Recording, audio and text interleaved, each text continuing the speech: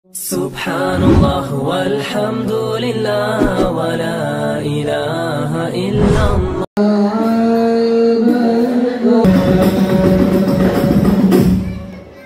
Sayyidina Nabi Muhammad. Assalamualaikum warahmatullahi wabarakatuh.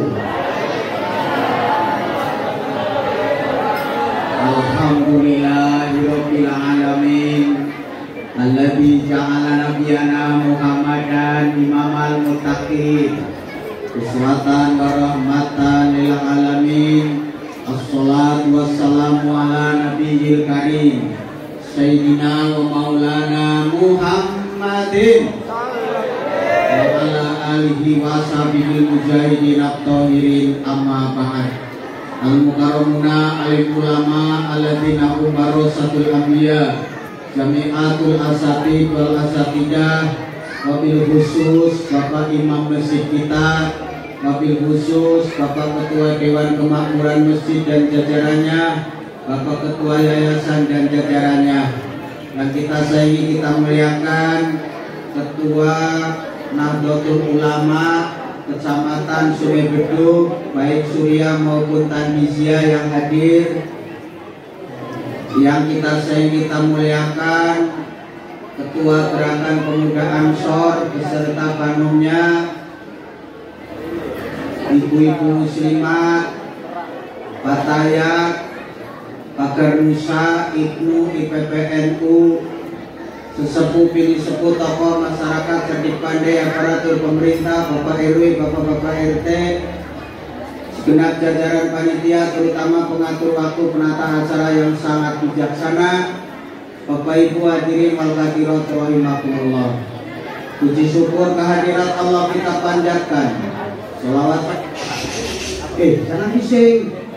Sholawat dan salam semoga tercurahkan kepada Rasulullah, keluarga dan para sahabat. Amin ya Allah ya rabbal alamin. Malam hari ini tidak banyak yang saya sampaikan. Saya hanya bisa mendoakan moga-moga Bapak Ibu hadirin wal hadirat yang ikut bersafari maulid diakui sebagai nahdiyin dan nahdiyat oleh muassis NU. Amin Allahumma. Maka dari itu, tengok sini, jangan munyah terus. Orang NU itu punya 5 ciri. Kalau sampean ngaku NU, ada nggak tanda-tandanya pada diri kita masing-masing? Siapa yang nanya jawab? Dengerin baik-baik. Terutama yang anak-anak muda harus hafal 5 ciri NU yang ada pada diri nahdiyin dan nahdiyah. Dan ini jarang disampaikan. Apa kelima itu? Ikutin bareng-bareng. Yang pertama istiqomah. Yang pertama apa? Ayo ikutin. Yang pertama apa? Yang kedua istifadah. Yang kedua apa? Yang ketiga istighyaroh. Yang ketiga apa? Yang keempat istikharah. Yang keempat apa? Yang kelima istighosah. Yang kelima apa? Istighosah. Coba Bapak Ibu ulang sekali. Yang pertama luar biasa. Yang kedua cerdas. Yang ketiga pintar. Yang keempat lancarnya luar biasa. Yang kelima sudah selesai. Kita terangkan satu-satu. Apa yang dimaksud istiqomah itu? Artinya kesetiaan terhadap Nahdlatul Ulama. Apa kesetiaan itu? Mana hanya siapa lagi namanya? Kesetiaan itu artinya, tahu setia enggak? Tidak selingkuh. Betul enggak? Kalau orang NU ya orang NU. Kalian Ibnu IPPNU ya tetap Ibnu IPPNU. Bangsur jangan jadi FPI apalagi HTI. Harus setia. Paham gak? Wah, kalau nggak paham ya pulang nanti. Istiqomah. Keistiqomahan kita dalam NU itu artinya tidak tergoyahkan, terpengaruh oleh hal-hal lain. Silahkan kalian mau jadi politikus, silahkan kalian mau jadi pejabat, silahkan ibu mau jadi wanita sosialita, silakan ibu mau jadi pengurus arisan, tapi tetap kita dalam koridor Nahdlatul Ulama. Ibu mau ikut pengajian apa saja silakan, tapi ingat kalau ibu memang orang NU tetap harus menjadi seorang muslim. Ini kok nggak paham? Muslimat, paham ibu? Terserah mau paham enggak, ini saya sampaikan. Yang pertama istiqomah, yang kedua istifadoh. Apa istifadoh itu? Tanda orang NU itu dimanapun dia berada, membuat acara apapun, senantiasa menambah keilmuan dan wawasan. Tidak cukup hanya sholawatan. Maka kepada grup Hadroh, dengerin, jangan main HP. Kalian jangan cuma mukul Hadroh saja, harus ngaji. Ini tanda orang NU istifadoh. Ibu-ibu jangan cuma lomba kompang aja, ngaji. Sekali-kali mau lomba kompang dari subuh sampai isya nggak pulang. Pulang ngaji dulu. Istifadoh, ngaji. Makanya malam ini saya bawa 2 kitab. Karena saya juga kritisi kemarin, Pak Lasudin kalau ceramah sekarang harus bawa kitab. Kenapa? Ceramah yang betul itu ngikutin ulama, jangan ngikutin diri sendiri. Makanya ketika Bapak Ibu undang penceramah, hati-hati, jangan sampai penceramahnya menurut saya, memang kamu siapa? Menurut saya, menurut ulama pun disebutin namanya siapa? Paham gak? Galak sekarang saya. Kalian lama-lama menjatuhkan saja orang NU. Ini kenapa? Karena saya dikritisi terus. Sebagai garda depan untuk menyelamatkan Nahdlatul Ulama harus bisa memberikan pencerahan. Itulah tanda Nahdlatul Ulama, tanda Nabi, tanda Nahdiyah. Yang ketiga, istisyarah. Artinya apa? Musyawarah. Apapun yang terjadi pada organisasi kita dimusyawarahkan. Paham Bu? Karena yang sering bertengkar ini rata-rata ibu-ibu. Betul nggak? Kalau bapak-bapak memang sudah dari dulu banyak yang bertengkar. Maka dalam NU tidak boleh individual apalagi egois. Niat kita tulus, ikhlas, berbakti ke Nahdlatul Ulama. Terserah diposisikan di mana sesuai kemampuan kita. Kalau disimak baik-baik, saya nggak main-main. Musyawarah biasakan. Untuk mencapai apa? Untuk mencapai mufakat. Itu caranya kayak gitu. Hadratus Syekh Hasyim Asy'ari ketika beliau bertindak untuk melawan penjajah, beliau pun bermusyawarah. Maka kita sebagai pengikutnya harus bermusyawarah. Paham Bu? Anak-anak paham gak? Wah, harus paham kalian. Serah, paham enggak, ini saya sampaikan. Yang selanjutnya istikharah. Orang NU itu tidak lepas kepada siapa? Kepada Allah Subhanahu wa Ta'ala. Ketika menghadapi masalah, jangan sampai tidak istikharah. Karena pilihan yang terbaik adalah pilihan dari siapa? Dari Allah Subhanahu wa Ta'ala. Biasakan istikharah. Mau bikin maulid istikharah. Tempatnya di mana? Lokasinya di mana? Konsumsinya apa? Ini istikharah. Yang sama siapa? Istikharah. Ini penting. Itu NU. Ibu istikharah enggak? Enggak. Makanya enggak jelas orangnya. Enggak mau nengok orang sini rata-rata. Istikharah. Yang ketiga istighosah. Yang kelima istighosah. Yang kelima apa Bu?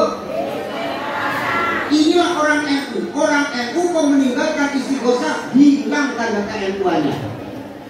Oh, hati-hati sekarang ini banyak majelis-majelis zikir yang tidak bersanad. Kalau bisa orang ini jangan ikut jangan gitu. Kita punya sadar sendiri, kita punya guru sendiri, jalur kita jelas. Kenapa tidak beristighosah? Pak, kalau istighosah itu ngantuk, sementara mereka nangis-nangis. Ya Allah Bu, emang kalau nangis-nangis kenapa? Hah? Saya pun pengen bisa kalau doa nangis-nangis. Cuma begitu saya nangis, ibu malah pada ketawa, lucu katanya. Ini perlu saya sampaikan. Paham Ibu? Paham semuanya ya? Nah, kemudian yang saya titik beratkan malam ini tidak hanya maulid saja, tapi tanda keilmuan adalah beristifadah. Artinya senantiasa menambah wawasan dan keilmuan. Apa manfaatnya kita setelah melaksanakan sholat 5 waktu, setelah kita membaca sholawat, kita mengkaji, kita mendengarkan mauidhah, kita mendengarkan ceramah, karena ternyata masih yang datang ke sini ini walaupun ngajinya nggak bawa pena, nggak bawa buku, itu dihargai oleh Allah Subhanahu wa Ta'ala melalui Rasul. Dalam kitab Lubabul Hadis, ini kitabnya kalau mau beli silakan, syukur-syukur bisa baca. Karya Syekh Jalaluddin bin Kamaluddin Asyuyuti menukil sebuah hadis. Qala Nabi sallallahu alaihi wasallam, Nabi sallallahu alaihi wasallam bersabda, Ibnu Mas'ud kepada Ibnu Mas'ud radhiyallahu an, semoga Allah meridhoi. Apa kata Rasulullah kepada Ibnu Mas'ud? Ya Ibnu Mas'udin, julusaka sa'atan fil majlis ilmi, la tamasu qalaman wa la taktubu harfan, khairul laka min itli al-qirqabati. Wahai Ibnu Mas'ud, julusaka sa'atan fil majlis ilmi, duduknya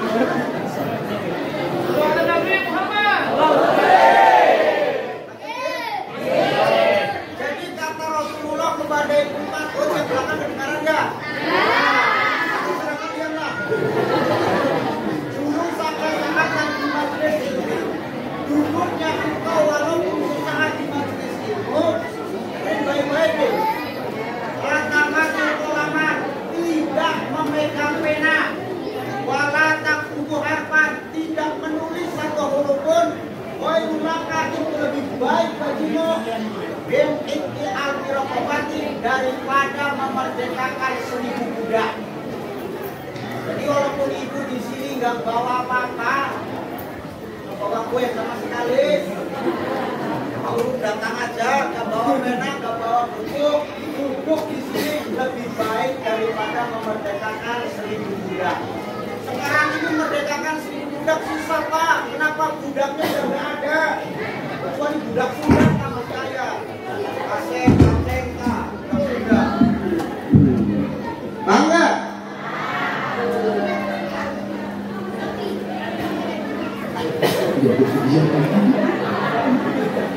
Nah, tidak cukup hanya itu. Ibu nampak saya enggak? Saya ngomong dulu ya, nak baca ngatur-ngatur dulu mah. Iya itu aturan apa ya? Ibu kelihatan saya enggak? Nah, kata Rasulullah, wa nadruka ila wajhil alimi wa ilaka min alfi farasin tasaddaqta biha fi sabilillah. Memandang wajah orang alim, itu khairul laka, lebih baik bagimu min alfi farasin tasaddaqta biha fi sabilillah, daripada menyedekahkan 1000 ekor kuda di jalan Allah. Cuma mandang wajah orang alim. Makanya jangan kedip.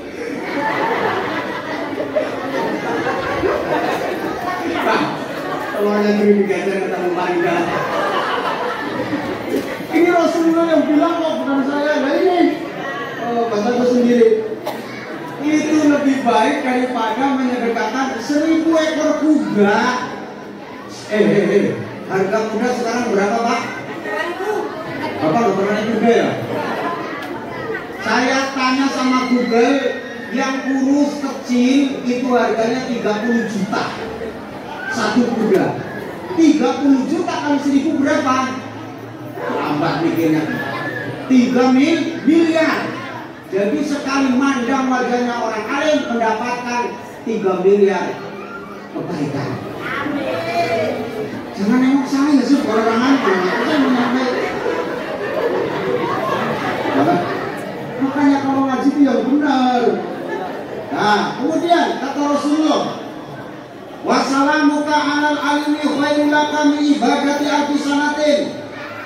Mengucapkan salam kepada orang alim itu khairul laka, lebih baik bagimu wahai Ibnu Mas'ud, min ibadati alfi sanatin, daripada ibadah alfi sanatin 1000 tahun. Ucapin salam saja dihargai begitu mulia. Maka ketika kita datang di suatu majelis, biasakan ucapkan salam. Siapa tahu di situ ada orang alim. Orang alim itu tidak nampak dari pecinya, tidak kelihatan dari sorbannya, tidak kelihatan dari sarung batiknya. Tapi orang alim itu dilihat dari pengetahuan dan akhlaknya. Moga-moga yang ada di sini ada orang alim. Amin. Amin. Ya Rabbal Alamin.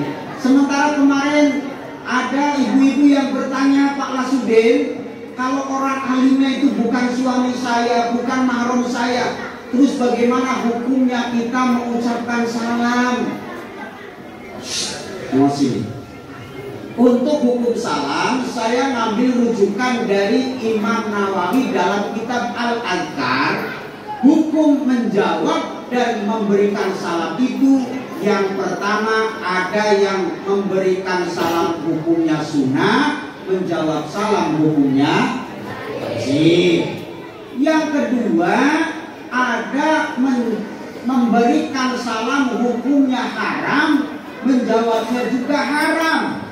Kapan? Ketika salam dipermainkan untuk hal maksiat. Contoh, umpamanya ada penyanyi entah dangdut entah rock, dia salam itu tujuannya untuk membangkitkan birahi penonton, itu nggak usah dijawab. Kan ada penyanyi dangdut yang pakai rok mini, pakai baju mini itu, assalamualaikum semuanya. Nah itu ternyata bukan doa untuk membangkitkan gairah. Gak usah dijawab, gak apa-apa. Saya pun kalau kayak gitu gak pernah jawab, paling saya nengok aja. Di depan, orang di depannya masa gak ditembak, masa merem. Yang kedua, hukumnya makruh. Makruh itu sebaiknya jangan dilakukan. Kapan? Bapak-bapak mengucapkan salam kepada anak gadis yang masih cantik. Kenapa? Takut menimbulkan fitnah. Jadi bapak kalau ada anak cantik, maaf Pak, jangan mengucapkan salam. Kecuali kalau saya sama nenek-nenek kayak gini nggak masalah. Nggak masalah. Ini kan nggak masalah. Apa yang menarik?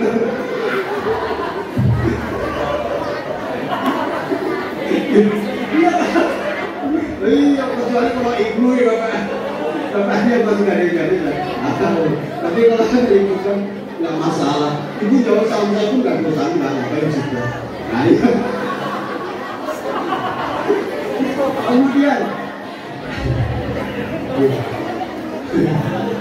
Kemudian ada salam yang dimakruhkan, ditahrim, mendekati keharaman. Apa yang dimakruhkan? Kata Imam Nawawi, yang pertama ngucapin salam kepada orang yang ngantuk atau sedang tidur. Jangan ngucapin salam, makruh Pak. Makanya kenapa tadi saya assalamualaikum, karena saya tengok bapak ibu matanya masih melotot semua. Kecuali ibu-ibu udah pada nyusul, saya akan salam. Yang kedua yang makruh itu ketika kita mengucapkan salam kepada orang yang berada di kamar mandi, atau kita di kamar mandi, makruh menjawab salam. Jadi kalau kita lagi mandi, ibu, ada orang teriak-teriak assalamualaikum, jangan dijawab. Waalaikum bu, waalaikum paket, biarin aja. Jangan mau taruh, nggak boleh ya. Ya. Yang selanjutnya makruh bitahrim, hukumnya menjawab salam satu ketika berhubungan badan, gak usah dibahas karena kalian nggak akan tahu. Yang kedua,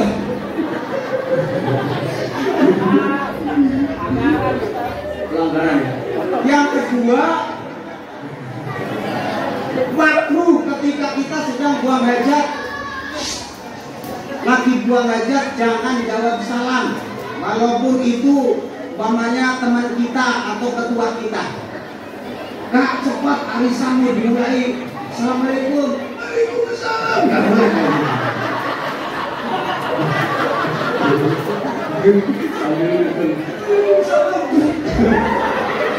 Nggak boleh begitu. Memang nggak boleh. Nggak boleh. Paham Bapak Ibu ya? Nah, ini namanya istifadah, namanya ngaji. Paham ya? Harus ngaji. Ucapkan salam. Nah, kemudian waqala Nabi sallallahu alaihi wasallam. Nabi sallallahu alaihi wasallam bersabda, faqihun wahidun mutawarriun hasadun ala syaitan min alfi abidin mustajidin jahilin warain. Satu orang alim faqih, orang alim. Bapak Ibu jangan pesimis, jangan putus asa. Pak, yang dimaksud orang alim, apakah mereka kiai saja, ustaz saja? Oh tidak. Alim itu mutlak bagi semuanya. Siapa yang mau berusaha, mau belajar, insya Allah jadi orang alim. Kedudukan orang alim ternyata satu orang alim saja, tapi yang mutawarik. Mutawarik itu artinya sikapnya senantiasa menjauh dari perkara yang haram, makruh, subhat. Ya Allah ya Rabbi, ini luar biasa. Itu asadun lebih ditakuti minam ala syaitan daripada setan. Mohon maaf nih. Jadi orang alim saja dalam makolanya tidurnya orang alim lebih ditakuti daripada ibadahnya orang bodoh sama setan itu. Makanya kalau orang alim kok tidur, ibu sholat, yakin gak akan goda yang tidur, malah goda yang sholat. Karena orang yang bodoh itu senantiasa lalai. Kelalaiannya seperti apa? Sehingga mudah digoda. Kan banyak yang suka lalai kalau sholat, betul Bu? Hilang husuknya, gampang digodanya. Mungkin Pak Lasuki mungkin yang kalau sholat husuk, apalagi saya musim maulid kayak gini, sangat susah untuk husuk. Baru sholat saja, Allahu Akbar, HP-nya bunyi, kuning, nulis pikirannya, sudah berdua. Itu saya yang penceramah, apalagi itu yang tidak penceramah kan? Jadi oleh karena itu istifadah ini rujukannya jelas supaya kita jadi orang alim. Orang ilmu harus alim. Kemudian kedudukan orang alim di sisi Allah Subhanahu wa taala dipandang oleh Rasulullah, Abdul alimi alal abidi tafadil qamari lailatul badri alal kawakibi. Orang alim itu perumpamaannya seperti keutamaannya qamar, rembulan di kala purnama di antara bintang-bintang. Jadi kalau saya orang alim ini, saya ini rembulan ya. Sementara bapak-bapak, ibu-ibu adalah bintang-bintang. Maka tengoklah wajah saya cemerlang. Hadis yang berikutnya, mohon maaf, sebenarnya tidak ingin saya sampaikan.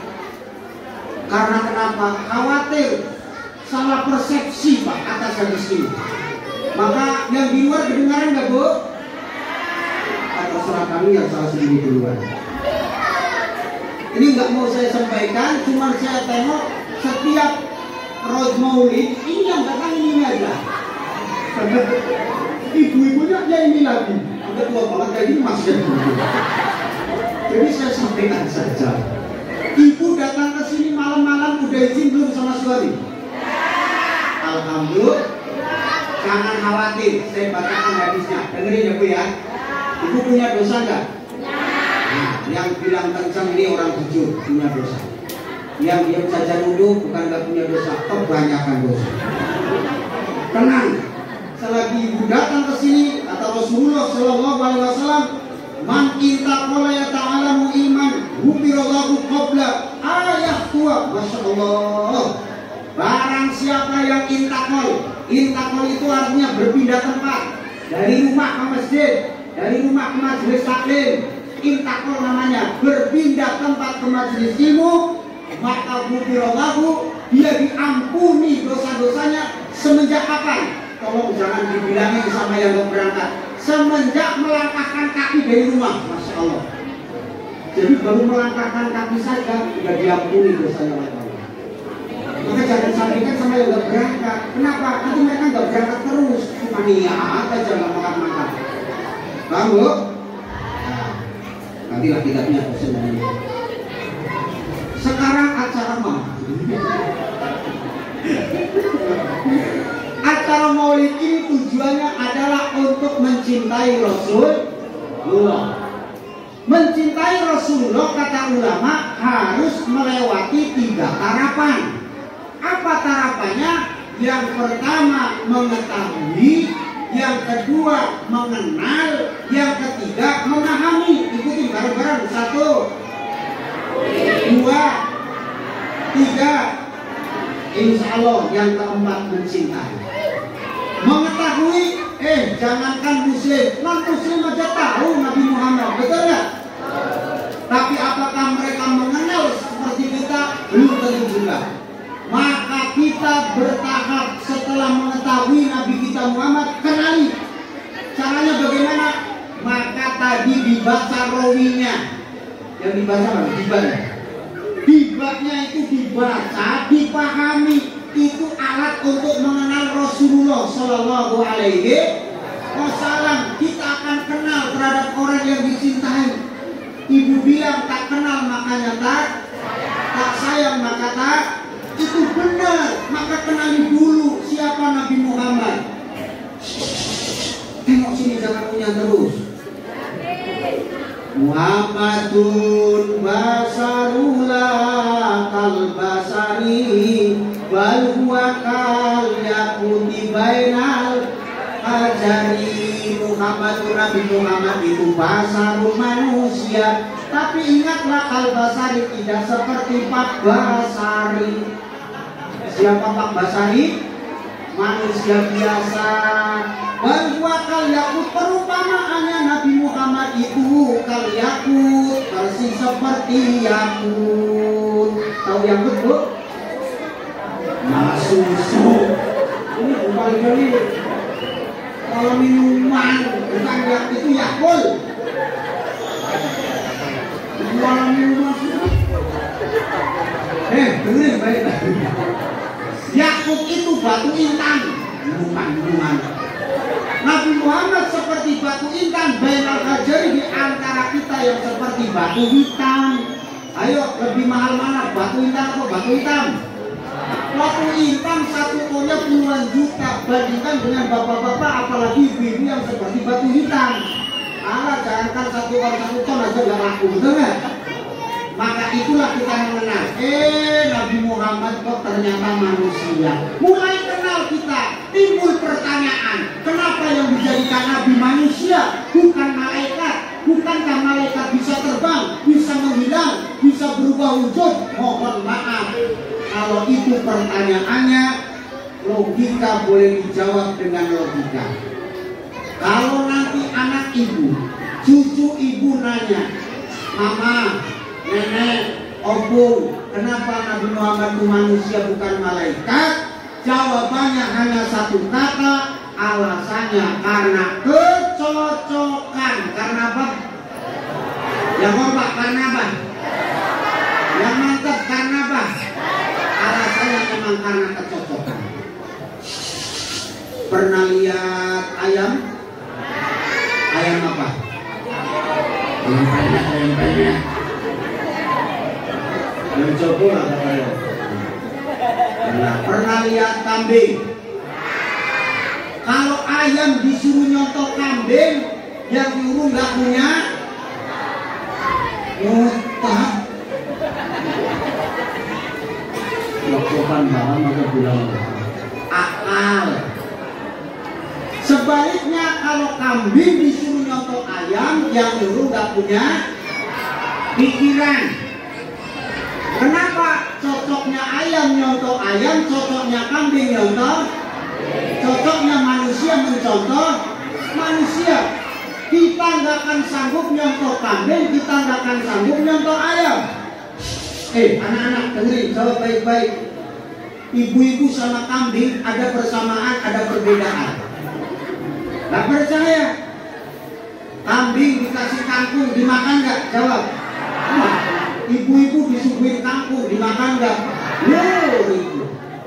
Kambing dikasih daun singkong, dimakan nggak? Ibu-ibu dikasih daun singkong, dimakan nggak? Berarti kambing sama ibu-ibu itu sama seleranya.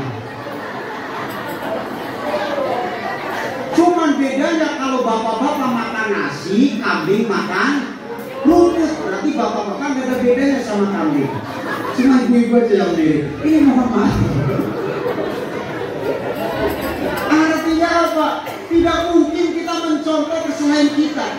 Oleh karena Rasulullah itu dijadikan contoh, maka kita harus punya etika.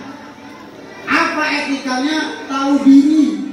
Siapa Rasulullah? Contoh. Siapa kita? Orang yang mencontoh. Maka kalau kita cerdas, aturannya yang lebih baik itu yang mencontoh atau yang dicontoh. Aku nggak cerdas sama sekali. Aturannya yang lebih baik yang jadi contoh atau yang mencontoh? Yang jadi contoh. Maka walaupun manusia biasa, Rasulullah jelas lebih istimewa. Disitulah ada namanya khosoisoh. Apa bu? Kekhususan pada diri Rasulullah yang tidak dimiliki oleh manusia lain. Imam Nawawi Al-Bantani lahir di Tanara, dulu Jawa Barat, sekarang provinsi mana? Banten. Menjadi mufti di Mekah.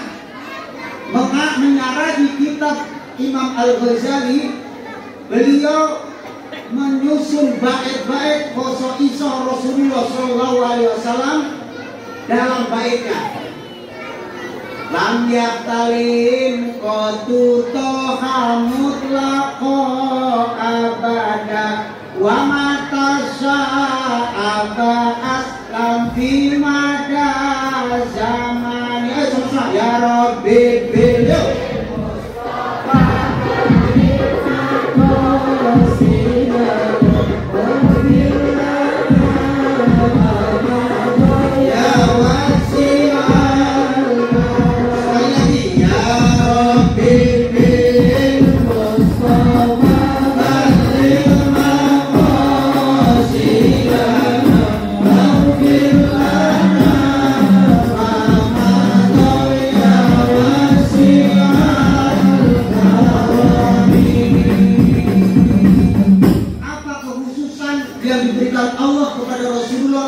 tidak berikan kepada kita. Yang pertama, lam yaktalim qatuto hamutlaqo abada.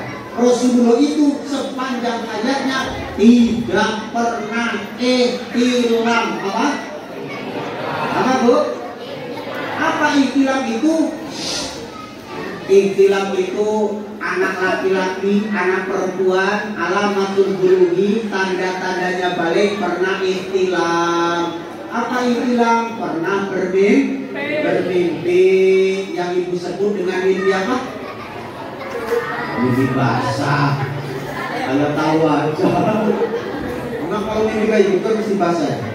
Ada salah mimpi basah ngopol sekalian.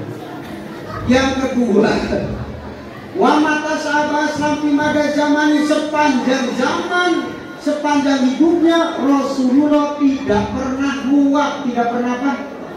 Tahu muak enggak? Apa? Angop. Rasulullah nggak pernah muak, Rasulullah nggak pernah angop. Beda dengan ibu-ibu pengajian yang baca Quran baru 3 ayat, yang belakang muaknya udah 40 kali. Angop. Maka yang diikuti bukan tidak muaknya, kita nggak akan sanggup. yang diikuti akhlak etika ketika muak. Apa saja kalau muak? Dengerin yang suka muak. Satu, kalau muak mulutnya diapain? Ditutup pakai apa? Tangan yang mana? Yang jelas kanan atau kiri? Yang benar kalau muak ditutup pakai tangan kiri.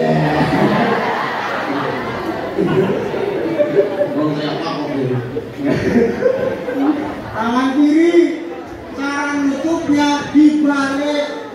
Kok dibalik? Kata ulama biisaratin, dengan isyarat atau laku syaitan menolak setan. Alasannya setan memang beredar melalui peredaran darah dalam waswisu, dalam memberikan bisikan kewas-wasan.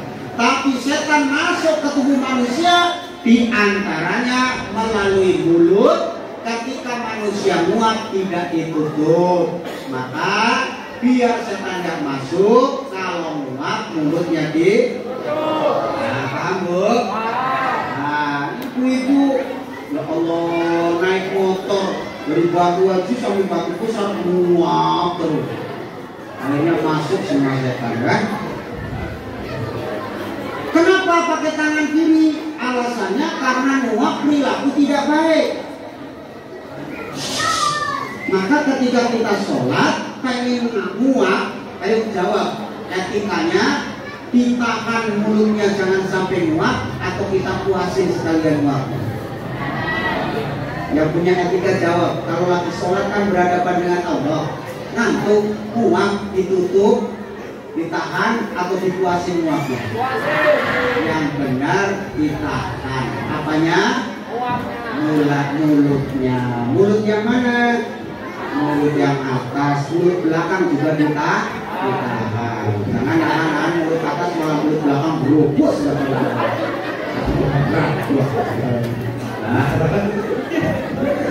Biqalbika amami ruyatin sabatan wala yara isrubali minhu fi alani ya Rabbi.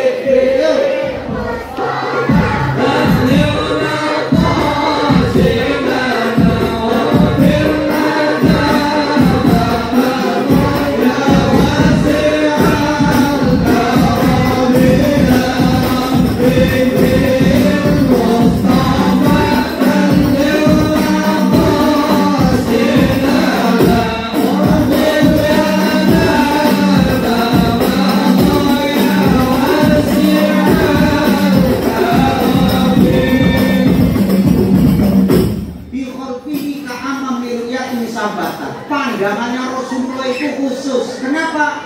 Karena Rasulullah pandangannya ke depan, matanya melihat ke depan. Tapi apapun yang terjadi di belakang, Rasulullah mengetahuinya. Ini tidak diberikan kepada siapa. Kalau bapak ibu naik motor pengen lihat belakang, nengok apa? Nengok apa? Rasulullah, gak usah nengok spion, gak tahu dulu. Yang selanjutnya al-baul, ketika Rasulullah pipis, kencing, istimewa. Ini nggak bisa diikuti. Kenapa? Sekali Rasulullah pipis, kencing, air kencingnya lenyap, tak berbekas sama sekali. Sama seperti ibu-ibu pipis, lama-lama juga air pipisnya lenyap, baunya yang ada. Pete, jengkol, terong, kangkeng. Maka yang diikuti bukan air pipisnya yang hilang, apanya? Etika pipis, etika kencing. Anak-anak, mana anak-anak? Halo sayang, dengerin baik-baik. Etika apa? Pipis. Satu, jawab bareng-bareng. Kalau pipis menghadap kemana? Tidak pernah pipis orang sini. Kalau kencing, kalau pipis menghadap kemana? Ya yang ke depan, masuk ke samping. Ada orang pipis saya begini. Hei, ikutin Bu, kalau pipis menghadap kemana? Lainnya ke depan, masuk ke atas.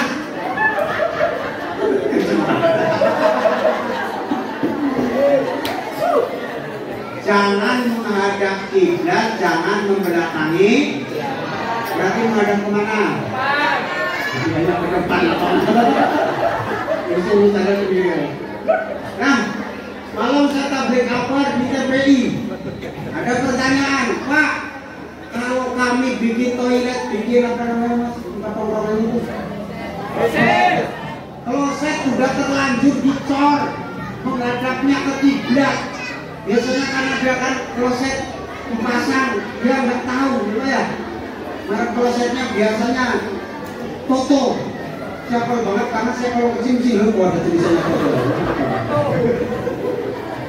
Itu mohon maaf bagaimana? Nah, kalau sudah terlanjur dicor, yang penting tertutup, itu kata ulama masih boleh.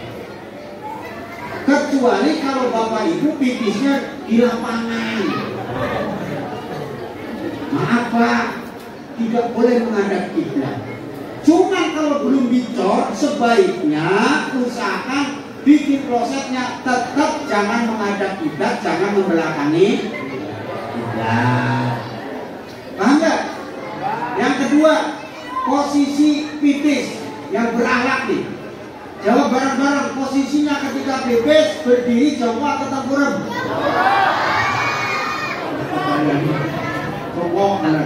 Tergantung kondisinya yang disediakan.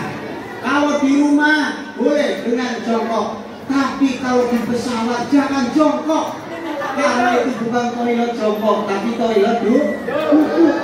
Kamu naik pesawat kok ningkring jongkok di toilet pesawat, pesawatnya landing kamu diinjek atau apa? Ini lah makanan. Paham nggak? Ini etika. Kemudian setelah selesai etikanya jelas, harus diapain? Dibersihkan atau disucikan? Disucikan dengan apa? Dengan apa? Air. Ulama dulu mengarang kitab karena hidup di padang pasir, susah air, maka boleh dibersihkan dengan apa? Kok pasir, batu, pasir. Kasihan nenek-nenek yang kita di trotoar ya, luar-luar ke pasir. Batu, jangan pakai pasir. Paling tempel kalau pasir. Kalau pakai pasir, batu bu. Batunya berapa? Berapa? 3, 7 dengerin. Salah satu itu 3. Kalau nggak 3 artinya batu yang ujungnya 3. 3 itu artinya dikira-kirakan sampai bersih. Bukan satu batu ditutul-tutulin. Batu tutul-tutulin. Ya, itu satu kali balik. Itu loh maksudnya. Cuma ditutul-tutulin kamu. Ini penting saya sampaikan. Sampai kapan? Sampai bersih. Artinya tidak cukup banyak 3. Paham bapak-bapak ya? Awas hati-hati. Pak, artinya batu yang kering maksudnya yang bisa menyerap najis. Kalau bisa menyerap najis, boleh nggak pakai tisu? Boleh nggak?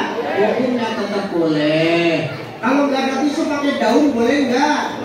Boleh, dengan catatan daun yang bisa menyerap. Artinya daun yang sudah kering. Cuman kalau daun kering harus kita tengok, siapa tahu sarang semut kan?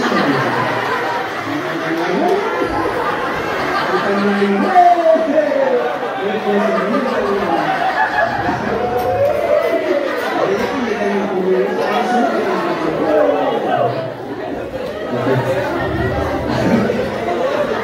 Ini harus sampaikan.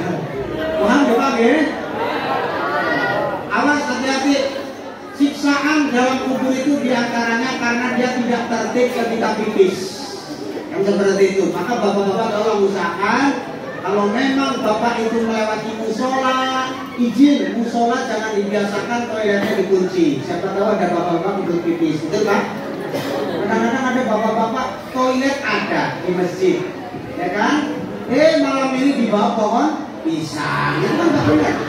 Tuh kan? Begitu selesai ditanya Pak Lasudin, bapak lagi ngapain? Lagi pipis, udah dibersihkan Pak, udah. Pakai apa? Obat. Obat apa? Obat plus. Bagus itu apa? Tadi itu obat, tapi obat tadi plus. Oh itu nggak benar lagi. Plus. Tapi obat tadi plus, itu bagus mana? Tak boleh. Terserah. sudah sampai. Ya Allah. Teruskan dari ngajinya. Jam berapa? Jam 1. Yang saya sampaikan, paham ya? Etika fikih. Ya mas, itu aja dulu. Yang terakhir dari saya hanya bisa mendoakan moga-moga Bapak Ibu memperoleh kebahagiaan. Tidak cukup amin, dengerin baik-baik. Kalau pengen bahagia, ikutin orang yang sudah dijamin bahagia, yakni Rasulullah Shallallahu Alaihi. Rasulullah tidak menampakkan kekayaan, betul. Kok bahagia? Iya. Dengan alasan apa? Ketika beliau lapar, perutnya diganjal dengan batu. Ibu nggak mungkin ikutin Rasulullah perutnya diganjal dengan batu, betul nggak? Karena antara perut dengan batu lebih besar perutnya. Yang diikutin bukan ibunya, tapi kebahagiaannya. Ikuti Rasulullah. Diriwayatkan oleh Ad-Dailami dari sahabat Ali karramallahu wajhah, qala Rasulullah sallallahu alaihi wasallam, arba'un min sa'adatil mar'i.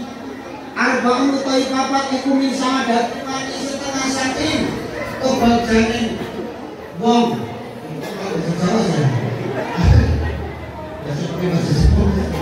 Ada 4 kebahagiaan. Siapa yang mati istri saya? Ada 4 sumber kebahagiaan bagi seseorang. Ada berapa, Bu? Kalau bisa ditulis gak apa-apa, cuma 4 masa kapan. Suami aja masih mau belajar kalau 30 ribu ini sampai 8 bulan. Ada 4. Apa? Yang pertama, antakuna zawjatuhu sholihatan. Sumber kebahagiaan itu mempunyai istri yang sholihah. Maka saya doakan moga-moga ibu-ibu dan adik-adik perempuan yang ada semuanya jadi istri yang sholihah. Bapak-bapak saya doakan istri dan juga istri yang sholihah. Amin. Doakan juga saya dan Mas Purba moga-moga punya istri dan istri yang sholihah.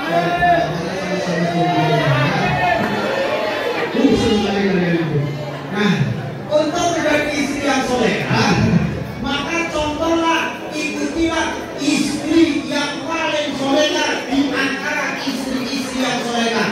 Siapa? Ummul Mukminin. Namanya siapa? Sayyidatina Khadijah. Contoh kesolehan Khadijah itu sampai ada ayat yang berkaitan erat dengan Khadijah. Bunyinya, a'udzu billahi minasy syaithanir rajim.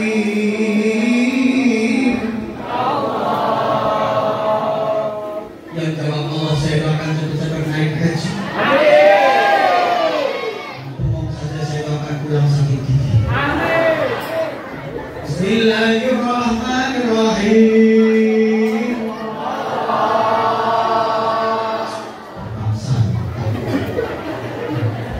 Ya ayyuhal mudassir qum fa'anzir. Ya ayyuhal mudassir, wahai orang sing pamulan, orang yang berselimut. Siapa orang yang berselimut? Rasulullah sallallahu alaihi. Siapa yang menyelimuti? Khadijah radhiyallahu anha. Kisahnya bagaimana? Ketika surah yang pertama selesai turun, terjadi vakum. Tahu vakum enggak? Apa?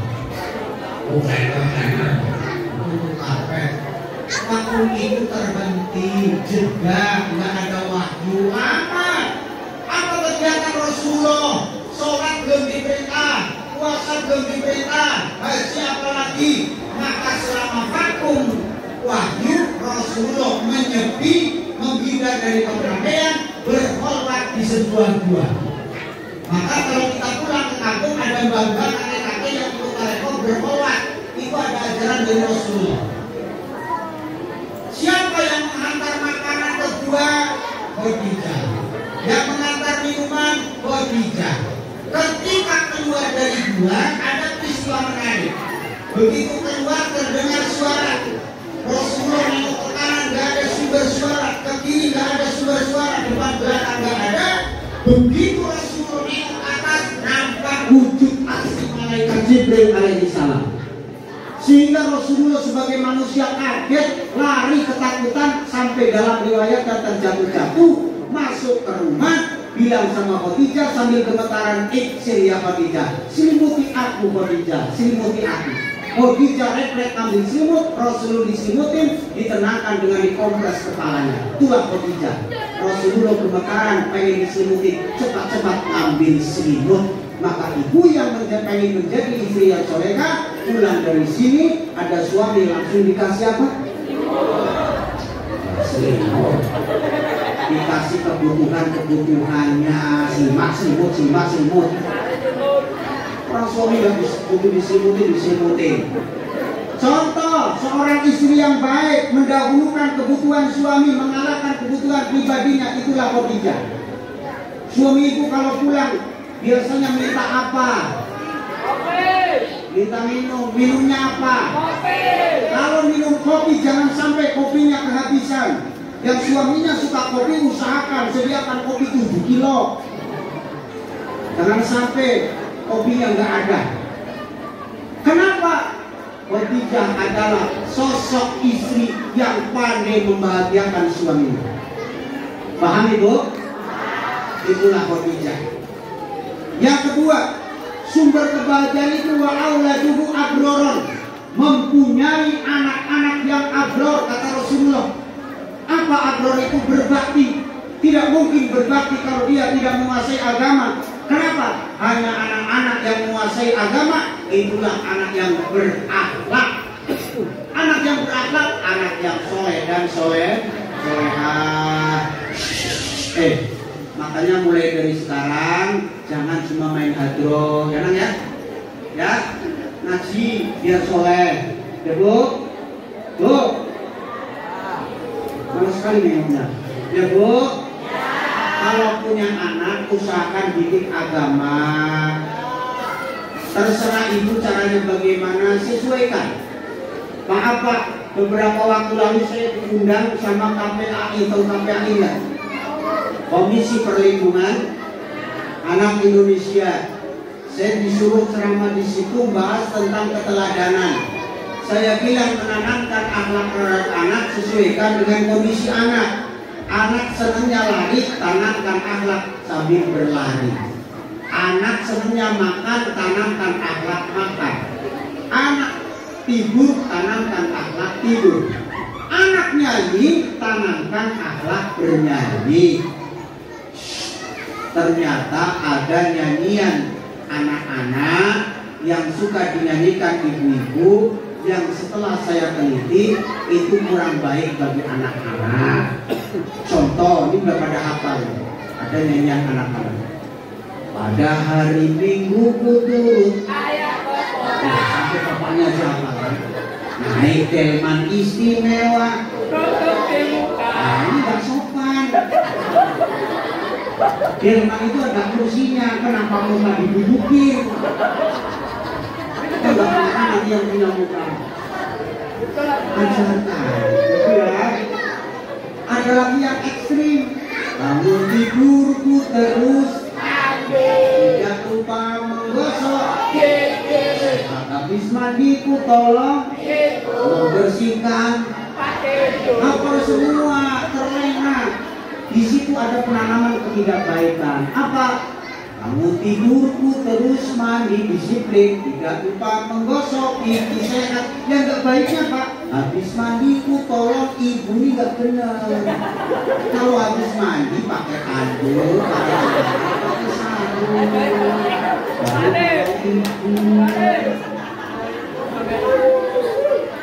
Ini habis mandi gak pakai apa-apa, membersihkan tempat tidur coba. Ya kalau masih kecil kita mau indah. Kalau kayak Pak Purba kok nggak mengerti.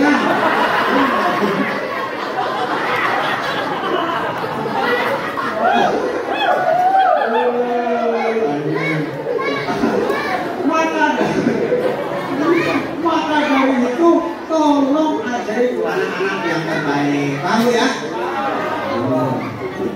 Yang perlu saya titipkan, tolong kalau daftar sekolah online silakan, apalagi masuk negeri kompetisi, terlambat ketinggalan.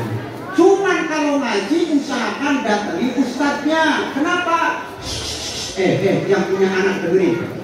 Meringankan beban orang tua besok di akhirat. Ketika Bapak Ibu datang ke gurunya, ke ustadznya, Bapak Ibu udah bilang, saya pasrahkan anak saya kepada Pak Ustadz, dicatat baik-baik itu.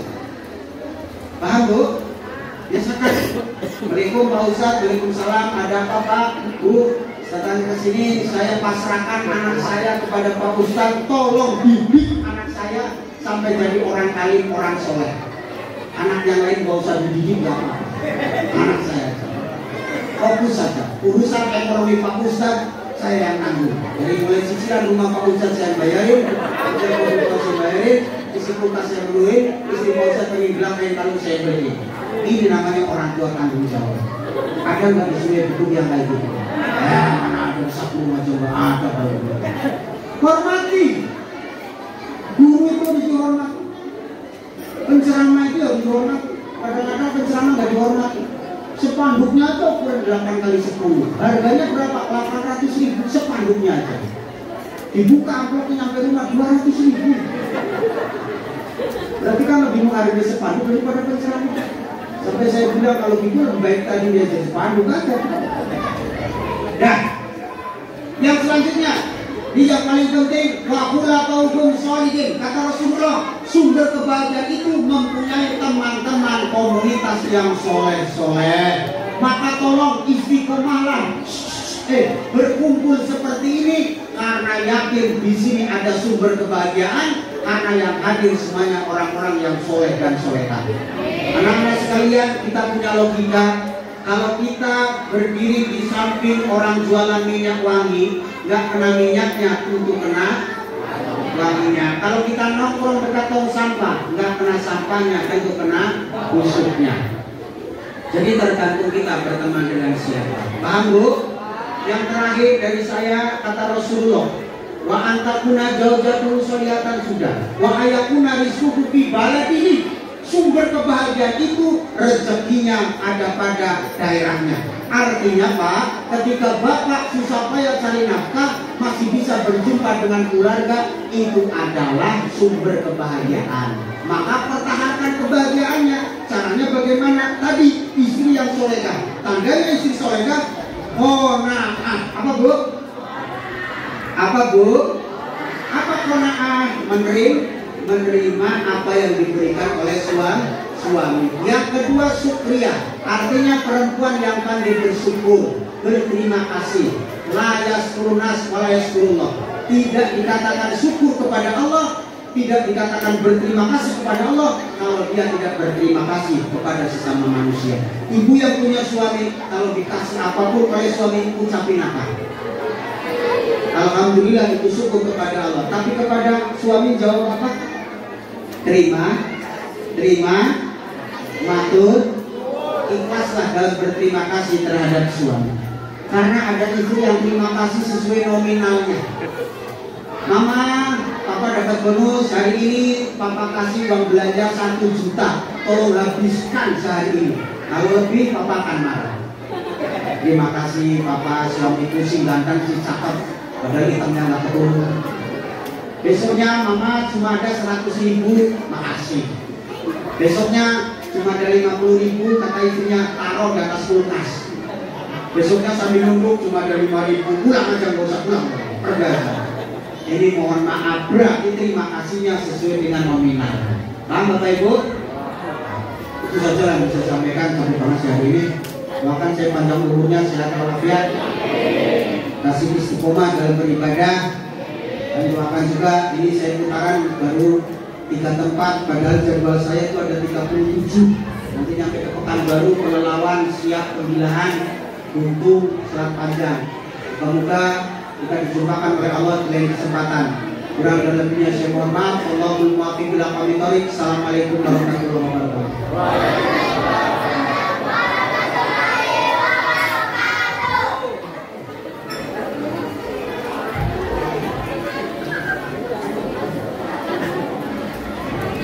Bismillahirrahmanirrahim.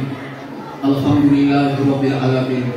Allahumma sholli ala sayyidina Muhammad wa ala ali sayyidina Muhammad wa barik wa sallim ajmain.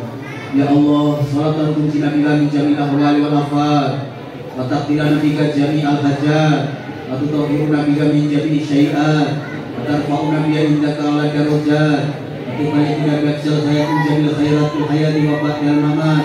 Rabbana ighfir lana ya Allah wa li walidayna warhamhum kama rabbana shigharan wa li jami'il masyayikhina wa sadana mu'allimina fi dinina wa jaddatina wa alamina wa quddatina wa fatina min al-muslimat al-hayyan min al-abad. Allahumma ta'ala jam'an majlisan majlisan mubarakan wa tabarukan min bagi tabarukan maksuman wa mubarakan. Allahumma sallallahu wa wajina wa awladana wa dhurriyyatina min ibadika sholihin wa min ulama'il aminin wa min awliya'il muttaqin wa min khairi ummati Muhammadin yadkhulunahul jannah bi ghairi hisab ma salama. Rabbana hab lana min azwajina wa dhurriyyatina qurrata a'yunin waj'alna lil muttaqina imama. Rabbana atina fid dunya hasanah wa fil akhirati hasanah wa qina adzabannar. Subhana rabbika rabbil izzati amma yasifun wa salamun alal mursalin walhamdulillahi rabbil alamin. Taqabbalallahu minkum. Sallu ala Nabi Muhammad.